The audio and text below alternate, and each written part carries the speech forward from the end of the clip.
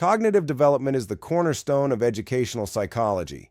It determines how children and adolescents perceive, think, understand, solve problems, and process information. In this module, we explore the major cognitive development theories that have shaped modern education, emphasizing how these theoretical frameworks influence curriculum design, instructional strategies, assessment, and classroom interaction.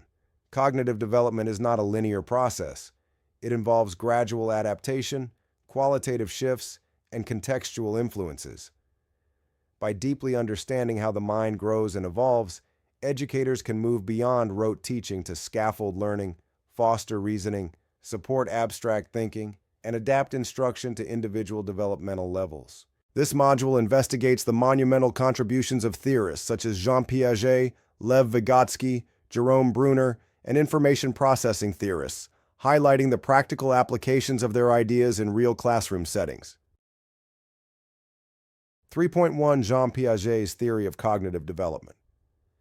Piaget proposed that cognitive development occurs in distinct, universal stages, with children constructing knowledge through active interaction with their environment. His theory emphasizes schema formation, assimilation, accommodation, and equilibration.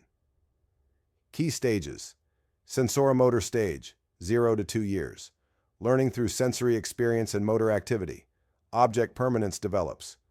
Pre-operational stage, 2 to 7 years, symbolic thought and language emerge. Egocentrism and animism are prevalent. Struggles with conservation and logic.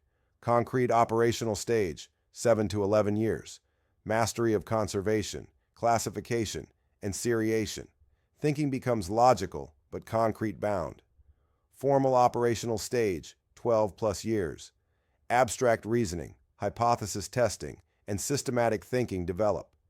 Educational implications. Match instruction to developmental stage. Use concrete materials for younger learners.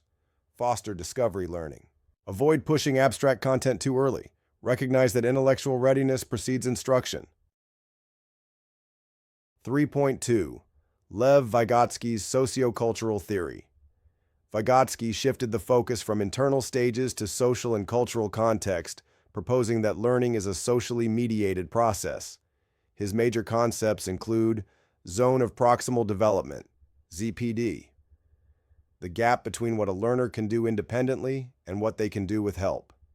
Scaffolding, temporary support provided by teachers or peers to help you master tasks. Private speech, internalization. Self-guiding talk evolves into internal thought, especially in early childhood. Cultural tools, language, symbols, and systems transmitted by society that shape cognition. Educational implications. Teaching must be socially interactive. Group work and peer collaboration enhance cognitive growth. Teachers should assess and instruct within the learner's ZPD. Culturally responsive teaching promotes more meaningful learning. 3.3 Jerome Bruner's constructivist theory. Bruner emphasized spiral curriculum, discovery learning, and representational modes. Enactive mode, action-based. Children learn through doing. Iconic mode, image-based. Learning occurs through visuals. Symbolic mode, language-based. More abstract thought using symbols and logic. Bruner also championed scaffolding and believed that any subject can be taught in an intellectually honest form to any child at any stage. Educational implications. Organize curriculum in spirals, revisiting topics with increasing depth. Use visuals, manipulatives, and active learning. Facilitate problem solving and exploration. Focus on student-centered discovery. 3.4 Information processing theory.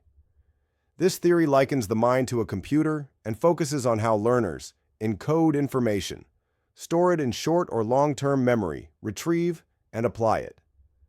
Key concepts include attention and perception. Working memory versus long-term memory, cognitive load and processing capacity, metacognition, thinking about thinking. Educational implications. Break content into chunks to reduce overload. Use repetition and rehearsal. Promote active processing through summarization, mnemonics, and questioning. Teach metacognitive strategies like self-monitoring and reflection. 3.6 Cognitive challenges in education learning disabilities, e.g., dyslexia, ADHD, affect cognitive processing. Executive dysfunction may impair planning and organization. Trauma and stress can block memory and attention. Language barriers affect symbolic reasoning. Technology overexposure may influence attention span and problem solving. Educators need to be vigilant in detecting atypical development and use inclusive practices to accommodate cognitive diversity. Language barriers affect symbolic reasoning. Technology overexposure may influence attention span and problem solving. Educators need to be vigilant in detecting atypical development and use inclusive practices to accommodate cognitive diversity. I look forward to congratulating you upon the completion of this course.